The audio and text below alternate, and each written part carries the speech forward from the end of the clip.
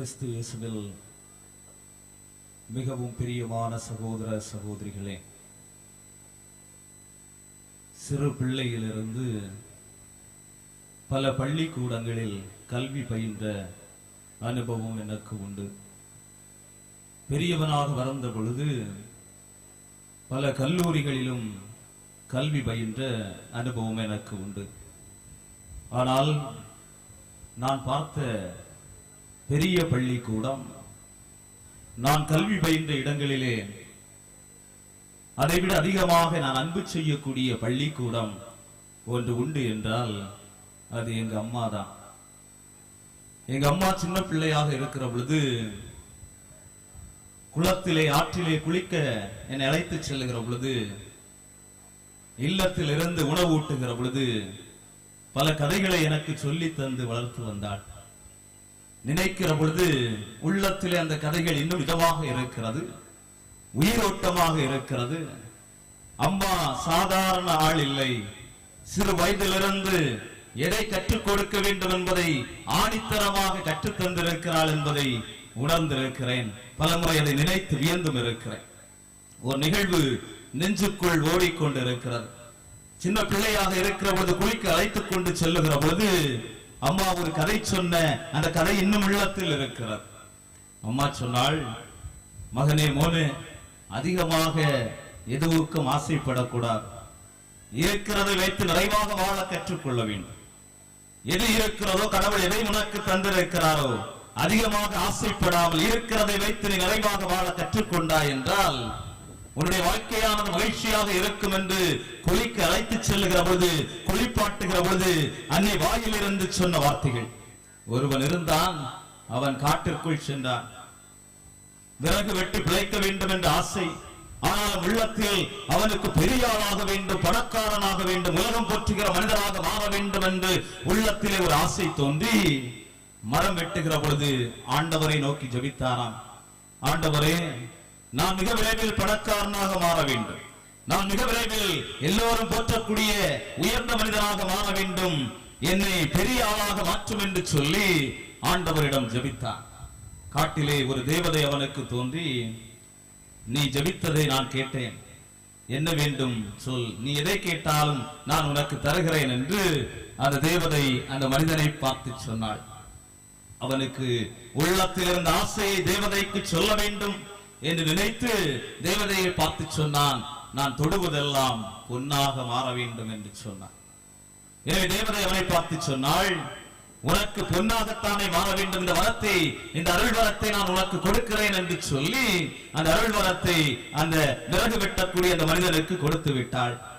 அவன் சென்றான், மரத்தை தொட்டான், பொன்னாக மாறியது பார்த்து சந்தோஷப்பட்டான். ஆண்டவரை உம்மை போற்றுகிறேன் என்று சொன்னான். அப்படியே அவன் பல பொருட்களை தொட அது பொன்னாக மாற இறுதியில் அவனுக்கு ஒரு செய்தி வருகிறது. தன்னுடைய மனைவி ஒரு அழகான ஆண் குழந்தையை பெற்றெடுத்து இருக்கிறாள் என்ற செய்தி அவனுக்கு கிடைத்தவுடன் காட்டிலிருந்து ஓடி செல்கிறான் வீட்டிற்கு. தன் மனைவி பெற்றெடுத்த குழந்தையை அப்படியே வாரி அணைக்கிற பொழுது அந்த குழந்தை பொன்னாக மாறி போறது.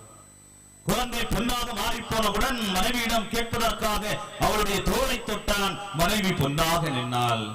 பொன்னாக மாறிவிட்டால் உடனே அவனுக்கு என்ன செய்ய வேண்டும் என்று தெரியவில்லை. கடவுளை தொட்டதெல்லாம் பொன்னாக மாற வேண்டும் என்று ஆசைப்பட்டேன், ஆனால் என்னுடைய குழந்தையும் பிள்ளையும் பொன்னாக மாறிவிட்டதே என்று சொல்லி மீண்டும் காட்டிற்கு ஓடினான். காட்டிற்கு ஓடி, தேவதையே, நான் உம்மிடம் ஒரு வரம் கேட்டேன் அல்லவா, அந்த வரத்தை என்னிடமிருந்து திருப்பி எடுத்துவிடும், எனக்கு எதுவும் வேண்டாம் என்று சொன்ன போது அந்த தேவதை அவனை பார்த்து சொன்னது, நீ போதும் என்ற உள்ளத்தோடு வாழ கற்றுக்கொள், இருக்கிறதை வைத்து நிறைவாக வாழ கற்றுக்கொள். ஆண்டவர் என்னை அழகாக படைத்திருக்கிறார், எனக்கு என்னை ஆண்டவர் அழகாக வழிநடத்தி வருகிறார் என்ற ஒரு மேலான எண்ணத்தை அவனுடைய உள்ளத்திற்குள்ளே வைத்திருக்க வேண்டும் என்று அந்த தேவதை அவனுக்கு பாடம் புகட்டி அந்த விறகு வெட்டக்கூடிய மனிதனை காட்டில் இருந்து வீட்டிற்கு அனுப்பி வைத்தது என்பது எங்க அம்மா எனக்கு சொல்லி தந்த, குளிப்பாட்டுகிற பொழுது சொல்லி தந்த கதை. 13 நாட்களாக இந்த புனிதமான ஆலயத்திலே அந்தோனியாருடைய திருவிழா திருப்பலியிலே கலந்து கொண்டிருக்கிறேன். பல மறைவுரைகளை கேட்டிருக்கிறீர்கள், விவிலிய பகுதிகளை வாசித்திருக்கிறீர்கள். இந்த ஆலயத்திற்கு வருகிற பொழுது இந்த புனிதமான இந்த கடற்கரை பகுதிக்கு அந்தோனியா குடிகொண்டிருக்கிற இந்த அற்புதமான பூமியிலே வருகிற நீங்கள் கண்டிப்பாக இந்த நாளிலே உங்களுடைய உள்ளத்தில் எண்ணங்கள் ஓடிக்கொண்டிருக்கும். சிலருக்கு இனிமேல் குடிக்கவே கூடாதப்பா என்று முடிவெடுத்திருக்கும். சிலர் இனிமேல் செம்பருத்தி சீரியல் பார்க்கவே கூடாது, இனிமேல் பிறரை பற்றி ஒருபொழுதும் குறை கூறக்கூடாதப்பா, இனிமேல் யாருடனும் சண்டை போட போகக்கூடாதப்பா, நல்ல மனிதனாக வாழ வேண்டும் என்ற ஆசை உங்களுடைய உள்ளத்தில் இருப்பது இந்த நாளிலே உங்களுடைய உள்ளத்தில் ஒரு சிந்தனை எழும் என்றால் நல்ல மனிதனாக வாழ வேண்டும், அந்தோனியார் காட்டுகிற அந்த பாதையில் வாழ வேண்டும், அந்தோனியாருடைய புகழை பறைசாற்ற வேண்டும் என்று உங்களுடைய உள்ளத்திலே ஒரு எண்ணம் தோன்றுமே என்றால் அந்த எண்ணத்திற்கு நீங்கள் உரு கொடுக்க வேண்டும். இந்த நாட்களிலே உங்களுடைய வாழ்க்கையில் நடந்த அனுபவங்கள், இந்த 11 நாட்கள் அல்லது ஒரு வருடமாக இந்த கோடி அற்புதம் புரிகிற இந்த அந்தோனியாருடைய அருட்காவலே நம்முடைய வாழ்க்கையில் நடந்திருக்கிற எல்லா நிகழ்வுகளையும் புரட்டி பாருங்கள். அந்த நிகழ்வுகள் கண்டிப்பாக உங்களுக்கு ஒரு மகிழ்ச்சியான அனுபவங்களாக இருந்திருக்க வேண்டும். இல்லது உங்களுடைய வாழ்க்கையில் நடந்த அனுபவங்கள் உங்களுக்கு ஒரு பாடத்தை கற்றுக் கொடுத்திருக்க வேண்டும் என்பதுதான். இந்த 2 அனுபவங்களையும் தவிர கவலை தரக்கூடிய அனுபவங்களோ சோகத்தை உருவாக்கக்கூடிய அனுபவங்களோ இந்த உலகத்தில் எதுவும் இல்லை. அனுபவங்கள், வாழ்க்கையில் நடக்கிற நிகழ்வுகள் எல்லாம் 2 அனுபவங்களைத்தான் உங்களுக்கு தரும். ஒன்று உங்களுடைய வாழ்க்கையில் மகிழ்ச்சியை கொண்டு வரும், இல்லை என்றால் உங்களுடைய வாழ்க்கையில் நடக்கிற ஒரு நிகழ்வு உங்களுக்கு ஒரு அனுபவத்தை, புதிய ஒரு பாடத்தை கற்றுத்தந்து சென்றிருக்க வேண்டும் என்பதை நீங்கள் மறந்துவிடக் கூடாது. அன்பிற்கினியவர்களே, அண்மையிலே ஒரு முறை என்னுடைய 2 சக்கர வாகனத்தில் பைக்கில் சென்று கொண்டிருந்தேன். எனக்கு முன்னதாக ஒரு கார் 4 சக்கர வாகனம் சென்று கொண்டிருந்தது.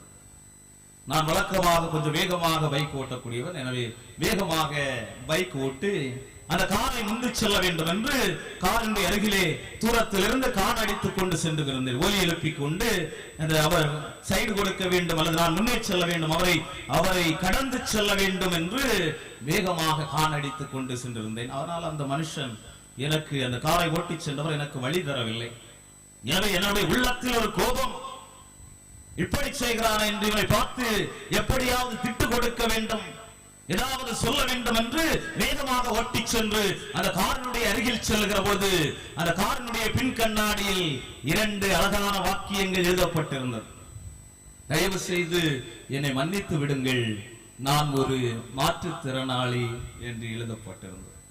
அந்த வார்த்தைகளை பார்த்தவுடன் என்னுடைய உள்ளத்தில் எழுந்த கோபம் எல்லாம், அந்த மனிதனை திட்ட வேண்டும், அவனிடம் 4 கேள்விகளை கேட்க வேண்டும் என்று என்னுடைய உள்ளத்தில் நான் நினைத்த அந்த எண்ணங்கள் எல்லாம் கொஞ்ச நேரம் அப்படியே மாறி போனதை உணர்ந்தேன்.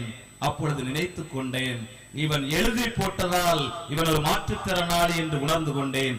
ஆனால் இந்த உலகத்தில் எத்தனையோ மனிதர்கள் தங்களுடைய வேதனைகளையும் துன்பங்களையும் துயரங்களையும் கஷ்டங்களையும் குடும்பத்தில் படுகிற துன்பங்களையும் வெளியே சொல்லாமல் நடமாடக்கூடிய பிணங்களாக அல்லது நடமாடக்கூடிய உணர்வில்லாத மனிதர்களாக நடந்து கொண்டிருக்கிற மனிதர்களையும் அவருடைய உள்ளத்தில் இருக்கிற எண்ணங்களையும் உணர்ந்து கொள்ள வேண்டும் என்ற ஒரு எண்ணம் அந்த காரை பார்த்த பொழுது, அந்த காரிலே எழுத போட்டப்பட்டிருந்த அந்த வார்த்தைகளை பார்த்த பொழுது, இனிமேல் எந்த மனிதனையும் தன்னுடைய முன் சிந்தனையால் அல்லது தன்னுடைய வாழ்க்கை யதார்த்தத்தினால் இப்படிப்பட்டவன் இப்படி இருப்பான் என்று ஒருபொழுது வாழ்க்கையிலே தீர்மானித்து விடக்கூடாது என்பதை அந்த 2 வரிகள் என்னுடைய வாழ்க்கையில் கற்றுத்தந்த பாடம் என்பதை மறந்து விடக்கூடாது. என்னை மன்னித்து விடுங்கள், நான் ஒரு மாற்றுத்திறனாளி.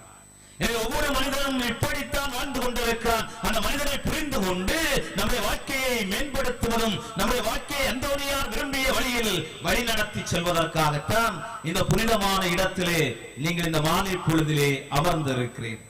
இங்கே நற்கருணை ஆண்டவர் உங்கள் முன்னால் பிரசன்னமாக இருக்கிறார். உங்களை ஆசீர்வதிப்பதற்காக, அந்தோனியார் வழியாக உங்களுக்கு அருள்மழை பொழிவதற்காக இந்த புனிதமான இடத்திலே இந்த அந்தோனியார் வீற்றிருக்கிறார் என்பதை நீங்கள் மறந்துவிடக் கூடாது.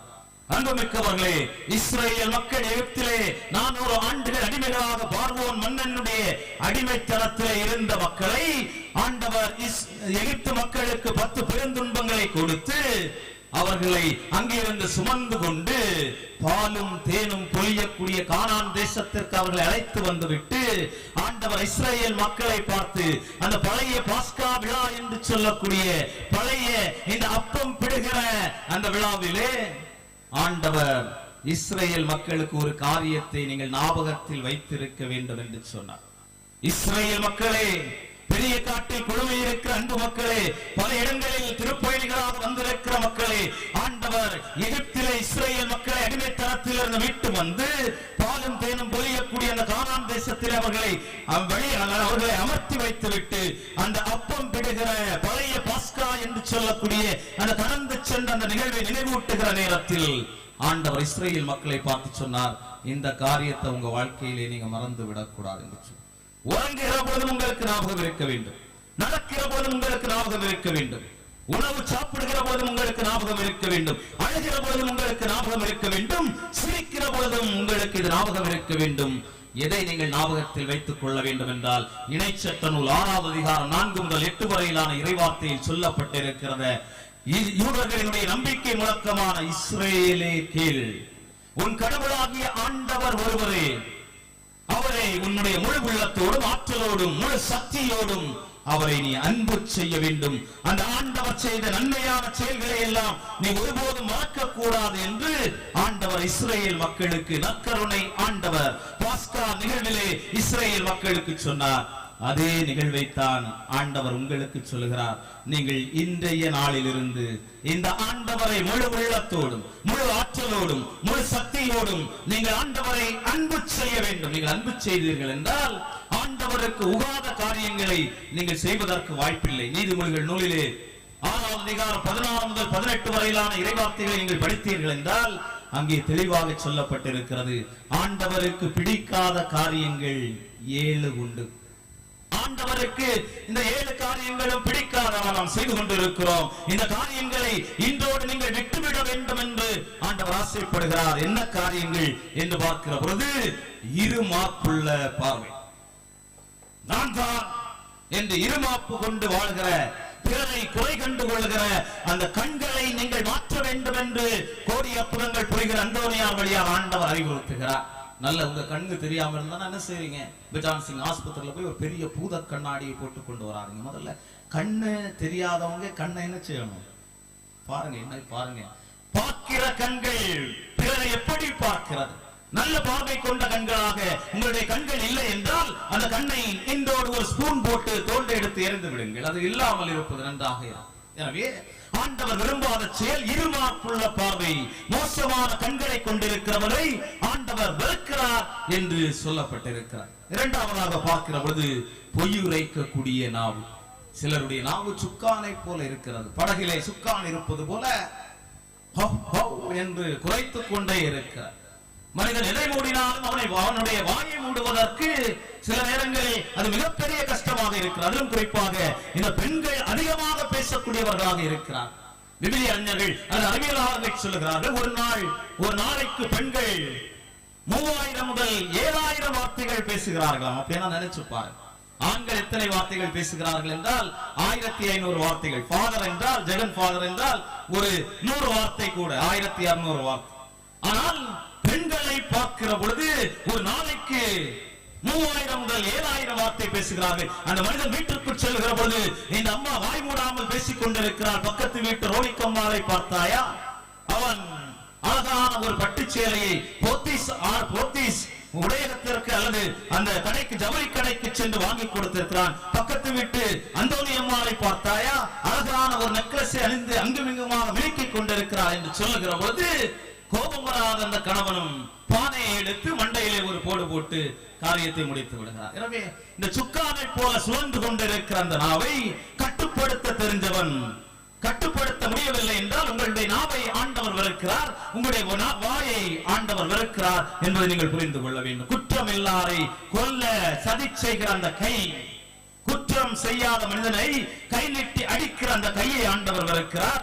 சதி திட்டங்களை வகுக்கக்கூடிய அந்த உள்ளத்தை ஆண்டவர் வெறுக்கிறார். எப்படி இந்த குடும்பத்தை இல்லாமல் ஆக்குவோம், எப்படி அவனை இல்லாமல் ஆக்குவோம், அவன் எப்படி அருள்பணியாளருக்கு எதிராக செயல்படுவது என்று சதி திட்டம் தீட்டுகிற அந்த உள்ளத்தை ஆண்டவர் வெறுக்கிறார். தீங்கு இழைக்க விரைந்தோடக்கூடிய அந்த கால். அந்த அம்மா அன்பிய கூட்டத்துக்கு சொன்னா ரோசம்மாளை காணவே செய்யாது. என்ன, அந்த அம்மாவுக்கு காலில் வாதம், நடக்க முடியாத அந்தோனியம்மா அல்லது ரோசம்மா ஒரு வீட்டில் ஒரு நிகழ்வு நடக்கிற பொழுது அல்லது அடுத்தவரை பற்றி பேசுகிற போது அந்த கால்கள் விரைந்தோடி செல்லக்கூடிய அந்த காலை ஆண்டவர் விளக்கிறார். அன்று முதல் அந்த கால் விளங்காமல் போக செய்யக்கூடிய வல்லமை ஆண்டவருக்கு உண்டு. எனவே தீங்கு இழைக்க விரைந்தோடக்கூடிய கால்களை எல்லாம் ஆண்டவர் விளக்கிறார் என்று சொல்லப்பட்டிருக்கிறது. இறுதியாக அன்புக்குரியவர்களே, நண்பர்களுக்கு இடையே சண்டையை மூட்டிவிடக்கூடிய அந்த பிரச்சனையை உருவாக்கக்கூடிய அந்த மனிதர்களையும் ஆண்டவர் விளக்கிறார் என்று சொல்லப்பட்டிருக்கிறார். எப்படி உங்க சேர்ந்திருந்தான பிரச்சனை சொல்லிட்டு மாமியார் என்ன செய்கிறாள்? மருமகன் அந்த மகனையும் மகளையும் பிரிப்பதில் சண்டை உருவாக்குவதில் அவள் தீவிரமாக இருக்கிறாள். மருமகள் என்ன செய்கிறாள்? மகனையும் அம்மாவையும் பிரிப்பதிலே அவள் ஒரு வீரத்தனமாக இருக்கிறாள். எனவே நண்பர்களுக்கிடையே மட்டுமல்ல, குடும்பத்திலே சண்டையை உருவாக்கக்கூடிய யாராக இருந்தாலும் ஆண்டவர் அந்த மனிதரை விளக்கிறார் என்பதை நீங்கள் புரிந்து கொள்ள வேண்டும். எனவே அன்புமிக்கவர்களே, ஆண்டவர் சொல்லக்கூடிய செய்தியை பார்த்தீர்களா? இந்த புனிதமான நாளில் நீங்கள் ஞாபகத்தில் வைத்துக் கொள்ள வேண்டும். ஆண்டவரை மட்டும், அவருக்குரிய காரியங்களை மட்டும் நீங்கள் செய்ய வேண்டும். ஆண்டவருக்கு பிடிக்காத காரியங்கள் என்று 7 காரியங்கள் சொல்லப்பட்டிருக்கிறது. நீதிமொழிகள் நூலிலே 6வது அதிகாரம் 16 முதல் 18 வரையிலான இறைவார்த்தையில் சொல்லப்பட்டிருக்கிற இந்த காரியத்தை இன்றோடு உங்களால் விட்டுவிட முடியும் என்றால், இந்த 13 நாட்களும் நீங்கள் இந்த கோடி அற்புதம் புரிகிற இந்த அந்தோனியாருடைய அருள் ஆசிரை நாடி வந்தீர்களே, அது இன்றைய நாளில் உங்களுக்கு நடக்கும் என்பதை நீங்கள் மறந்துவிடக் கூடாது. இரண்டாவதாக அன்புமிக்கவர்களே, ஆண்டவர் இயேசு கிறிஸ்து லூக்கா நற்செய்தி 22வது அதிகாரத்திலே தன்னுடைய சீடர்களோடு 12 சீடர்களோடு அந்த பந்தியில் அமர்ந்திருந்த பொழுது அவர் அப்பத்தை எடுத்து தன்னுடைய சீடர்களுக்கு கொடுத்து விட்டு சொன்னார், அனைவரும் இதை என் நினைவாக செய்யுங்கள், ஏனெனில் இது உங்களுக்காக கையளிக்கப்படும் என் உடல் என்று சொல்லி தன்னுடைய சீடர்களுக்கு பகிர்ந்து கொடுத்தார். என்னுடைய நினைவாக நீங்கள் வாழ வேண்டும் என்று நற்கருணை ஆண்டவர் ஆசைப்பட்டார். இந்த உலகத்திலே 3 வகையான மனிதர்கள் இருக்கிறார்கள் அன்புமிக்கவர்களே. முதல் வகையான மனிதர்கள் மண்புழுவை போன்றவர்கள். மண்புழு என்ன செய்யும் என்றால், மண்ணோடு இருக்கும், மண்ணையே உற்று நோக்கி கொண்டிருக்கும், மண்ணுக்குள் எப்படி புதையலாம் அல்லது உள்ளே சென்று வாழலாம் என்று மண்புழு நினைத்துக் கொண்டிருக்கும். அதுபோல இந்த உலகத்திலே சில மனிதர்கள் மண்ணாக போகிற பொன்னையும் பொருளையும் பதவியையும் பட்டத்தையும் நினைத்து அதுவே வாழ்க்கை என்று வாழ்ந்து கொண்டிருக்கிற மண்புழுவை போன்ற மனிதர்கள் நம்முடைய சமூகத்திலே இருக்கிறார்கள் என்பதை நீங்கள் மறந்துவிடக் கூடாது. அவர் மண்புழுவை போன்ற சாதாரண அந்த மண்ணை நாடி மண்ணாக மக்கி போகிற பொன்னையும் பொருளையும் பதவியையும் பட்டத்தையும் செல்வத்தையும் நாடி வாழுகிற இந்த மனிதர்கள் மண்புழுவை போல வாழ்ந்து கொண்டிருக்கிற மனிதர்கள் ஆண்டவரை ஒருபோதும் நினைப்பதில்லை. மண்ணையே நோக்கி அவர்களுடைய பார்வை இருக்கிறார். இரண்டாவது வகையான மனிதர்கள் கோழியை போன்ற மனிதர்கள் என்று சொல்கிறார். கோழி பெரும்பாலான நேரத்தில் இந்த மண்ணை பார்த்துக் கொண்டிருக்கிறது. ஆனால் எப்பொழுதாவது அது சாப்பிட்டு வயிறு நிறைகிற பொழுது விண்ணை பார்க்கிறது. அதுபோல சில மனிதர்கள் இருக்கிறார்கள். என்ன செய்கிறார்கள் என்றால், எப்பொழுதும் செல்வம் பொன் பொருள் இதையே நினைத்துக் கொண்டிருக்கிறார்கள். ஒரு கஷ்டம் வந்தவுடன் ஓடி வந்து அந்தோனியாரே என்னை காப்பாற்றும் என்று கதறுகிற மனிதர். குழந்தைக்கு சுகமில்லாமல் இருக்கிற பொழுது ஓடி வந்து அந்தோனியாரே எங்களை காப்பாற்றும் என்று அழைக்கிற மனிதர்கள். கடன் பிரச்சனை வருகிற பொழுது, துன்பங்கள் வருகிற பொழுது, துயரங்கள் வருகிற பொழுது, கஷ்டங்கள் வருகிற பொழுது அந்தோனியாரே என்னை காப்பாற்றும் என்று சொல்லுகிற மனிதர்கள். கோழியை போன்ற மனிதர்கள் எப்பொழுதும் மண்ணையும் பொன்னையும் நாடி இருந்துவிட்டு வயிறு நிறைந்தவுடன் விண்ணை நோக்கி கோழி தன்னுடைய கழுத்தை மேலே எழுப்புவது போல சில மனிதர்கள் ஆண்டவரை எப்பொழுதாவது ஒரு முறை எழுப்பி பார்க்கிற மனிதர்கள் இருக்கிறார். மூன்றாவது வகையான மனிதர்கள் இருக்கிறார்கள் அன்புமிக்கவர்களே. அவர்கள் கழுதையை போன்ற மனிதர்கள். மன்னிக்கவும், கழுகை போன்ற, கழுதை கழுகை போன்ற மனிதர்கள் எப்பொழுதும் விண்ணை நோக்கி ஆண்டவரை நோக்கிய பார்வை, மேல் நோக்கிய பார்வை, கடவுளுக்கு உரிய காரியத்தை அவருடைய நினைவாகவே நான் வாழ வேண்டும் என்று கழுகை போல ஆண்டவரை பார்த்து பறந்து கொண்டிருக்கிற ஒரு வாழ்க்கை நீங்கள் வாழ வேண்டும் என்றுதான் இந்த நற்கருணை ஆண்டவர் விரும்புகிறார். எனவேதான் அந்த இரவுணவிலை சொன்னார், இதை என் நினைவாக செய்யுங்கள், என்னுடைய நினைவாக நீங்கள் வாழுங்கள் என்று சொன்னார். அன்புமிக்கவர்களே, நம்முடைய பாதுகாவலர் அந்தோனியார் கூட அதைத்தான் செய்தார். சின்ன பிள்ளையாக இருக்கிற பொழுது ஆலய வாசல் திறக்கப்படுகிற பொழுது பீட சிறுவனாக நின்று ஆண்டவரை முழுவதுமாக வழிபடுகிற ஆண்டவருக்குரிய ஒரு குழந்தையாக வளர்ந்திருக்கிறார் நம்முடைய பாதுகாவலர் அந்தோனியா. குருமடத்திலே அருள்பணியாளராக பயின்று கொண்டிருந்த பொழுது ஒரு நாள் பக்கத்து கோவிலிலே எழுந்தேற்றம், இதே போல எழுந்தேற்றம் நடைபெறுகிற பொழுது நற்கருணை ஆண்டவரை பார்க்க வேண்டும் என்று அந்தோனியார் ஆசைப்பட்ட பொழுது அந்த ஆலயத்தினுடைய வாசல், ஆலயத்திலே எழுப்பப்பட்டிருந்த அந்த சுவர் அப்படியே விலகி அந்தோனியார் தூரத்திலிருந்து அந்த நற்கருணை ஆசீர்வாதத்தை பார்த்து கொண்டிருந்தார். அப்படி என்றால் இந்த நற்கருணை ஆண்டவர் மீது இந்த கோடி அற்புதங்கள் நம்முடைய பாதுகாவலர் அற்புதங்கள் புரிகிற அந்தோனியார் எந்த அளவிற்கு நம்பிக்கை வைத்திருக்க வேண்டும் என்பதை புரிந்து கொள்ளுங்கள். எனவே நீங்கள் எப்பொழுதும் ஆண்டவரை மட்டும் நினைவில் வைத்துக் கொள்ள வேண்டும். மண்புழுவை போல அல்ல, கோழியை போல அல்ல, மாறாக கழுகை போல ஆண்டவரையே நீங்கள் பார்த்துக் கொண்டிருக்க வேண்டும் உங்களுடைய வாழ்நாள் முழுவதும் என்று இந்த நற்கருணை ஆண்டவர் விரும்புகிறார். இறுதியாக அன்புக்குரியவர்களே, இந்த நற்கருணை ஆண்டவர் இந்த நற்கருணை தன்னுடைய சீடர்களோடு பகிர்ந்து கொடுத்து விட்டு ஆண்டவர் ஒரு இடுப்பிலே தன்னுடைய ஒரு துணியை எடுத்து கட்டிக்கொண்டு தன்னுடைய சீடர்களுடைய பாதங்களை கழுவிக்கொண்டு சொன்னார், நான் செய்வது போல நீங்களும் செய்யுங்கள் என்று சொன்னார். அதே வார்த்தைகளைத்தான் இங்கே வீற்றிருக்கக்கூடிய நமக்காக நம்முடைய ஆசீர்வாதத்தை நம்மை வாழ வைப்பதற்காக இந்த இடத்திலே புனிதமான இடத்திலே வீற்றிருக்கிற இந்த நற்கருணை நாதர் அதைத்தான் சொல்லுகிறார், நான் செய்வது போல நீங்களும் செய்யுங்கள் என்று சொல்லுகிறார். அன்புமிக்கவர்களே, இந்த செய்தலில் தான் எல்லாம் இருக்கிறார்.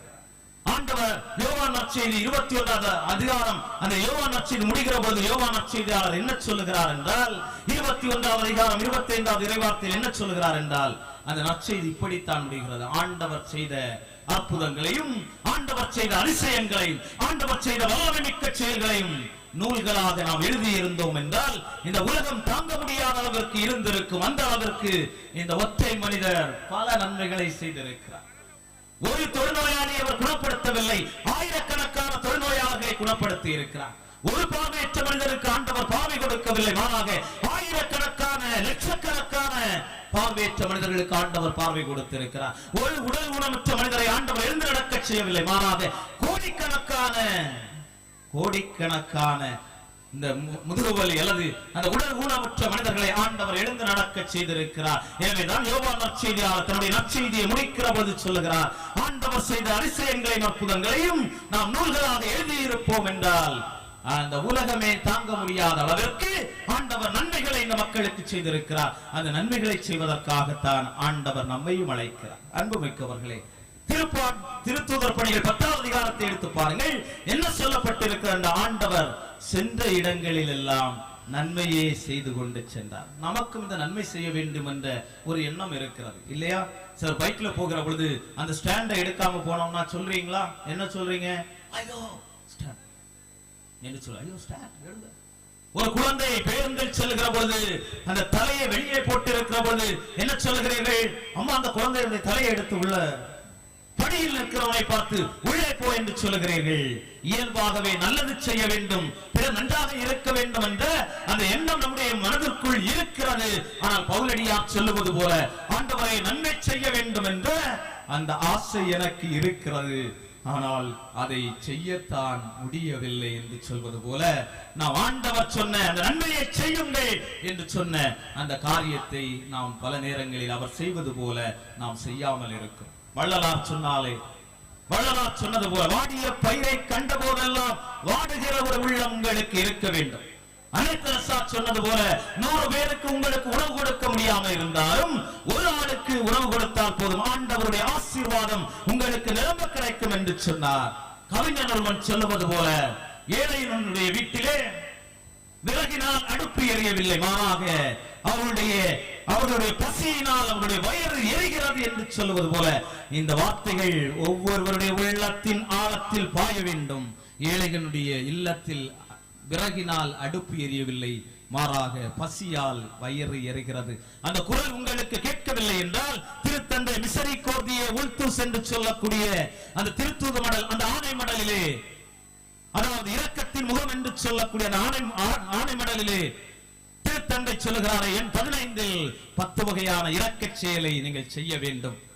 பசித்தோருக்கு உணவு கொடுங்கள், உங்களை தேடி அழுது கொண்டிருக்கிற மனிதர்களுக்கு ஆறுதல் சொல்லுங்கள், நோயிற்றிருக்கிறவரை சந்திக்க செல்லுங்கள், யாரோடும் சண்டை போடாதீர்கள் என்றெல்லாம் இந்த இரக்கச் செயலை செய்வது ஆண்டவர் நான் செய்வது போல அவர் செய்த நன்மைகளை நீங்களும் பிறருக்கு செய்ய வேண்டும். செய்வீங்களா? செய்வோம் ஃபாதர் அப்படின்னு சொன்னா அந்தோனியார் இதை செய்திருக்கிறார். சாதாரண ஆள் அல்ல அந்தோனியார். ஒரு முறை போதிக்க சென்ற பொழுது வழக்கமாக சிலர் போதிக்க செல்கிற பொழுது பணக்கார வீட்டில் தங்குவது உண்டு. ஆனால் இந்த அந்தோனியாருக்கு பணக்கார வீட்டில் தங்குவது பிடிக்காது. எனவே ஒரு ஏழை வீட்டிற்கு சென்றிருக்கிறார். போதித்து விட்டு அந்த ஏழை வீட்டில் தங்கி இருந்த பொழுது அந்த அம்மாவுக்கு ஒரு ஆர்வம், அந்தோனியார் வந்திருக்கிறார் என்று சொல்லி பக்கத்து வீட்டுக்கு சென்று பக்கத்து வீட்டில இருந்து ஒரு டம்ளரை வாங்கி கொண்டு, கண்ணாடி டம்ளர் வாங்கி கொண்டு வந்து அந்தோனியாருக்கு தண்ணி வைத்து கொடுத்திருக்கிறார். அந்தோனியார் குடித்துக் கொண்டு கீழே வைத்தவுடன் கண்ணாடி குவளை டபார் என்று விழுந்து உடைந்தவுடன் அந்தோனியார் பார்க்கிறார், இந்த ஏழை பெண் அழுகிறாள். பக்கத்து வீட்டு ரோசமா விடுவாளா? சாதாரண காரியத்துக்கே அடியும் அது இதுமா இருக்கும் இல்லையா? இதை விடுவாளா? கண்ணாடி டம்ளர் உடைஞ்சிருச்சு. அந்த அம்மா ஏங்கி அழுகிறாள். அவள் விடமாட்டாள். ஒருவேளை இந்த கப்பு 10 ரூபா இருக்கலாம், இப்ப விடுவாளா? 1000 ரூபாய் கெட்டுக்கப்பா, என்ன செய்வது என்று தெரியாமல் அழுது கொண்டிருந்த பொழுது இந்த கோடி அற்புதம் புரிகிற அந்த அந்தோனியார் என்ன செய்திருக்கிறார் என்றால், அந்த தாயினுடைய கண்ணீரை கண்டு அந்த கண்ணாடி குவளை ஒட்ட வைத்து முதலில் இருந்ததை விட அழகாக அதை ஆக்கி கொடுத்திருக்கிறார். சில கப்புகளை நீங்க அந்த சுத்தம் செய்கிற பொழுது ஒரு வகையான ஒரு இரும்பு கம்பி போல ஒரு ஸ்க்ரோல் வந்திருக்குல்ல, அதுபோல திருக்குகிற பொழுது அழுக்காக தெரிகிற கண்ணாடி பளபளப்பாக தெரிவதை போல அந்தோனியார் ஒட்ட வைத்தவுடன் அந்த கண்ணாடி குவளை அழகாக, அவ்வளவு அழகாக தெரிந்திருக்கிறார். எனவே அந்த மனிதர் பார்த்தீர்களா, எந்த அளவிற்கு இரக்கச் செயல் செய்திருக்கிறார் என்று பார்த்தீர்களா? ஆண்டவர் செய்த அதே செயலை, அதே வல்லமையுள்ள செயலை, அற்புதங்களை ஏழை எளிய மனிதர்களுக்கு செய்வது போல அந்த ஏழையினுடைய கண்ணீர் நமக்கு கேட்க வேண்டும். ஆண்டவர் சொன்ன சில காரியங்களை ஞாபகத்தில் வைத்துக் கொள்ளுங்கள். ஆண்டவருடைய நினைவாகவே வாழுங்கள். ஆண்டவர் அவர் செய்தது போல நீங்களும் செய்யுங்கள். ஆமென்.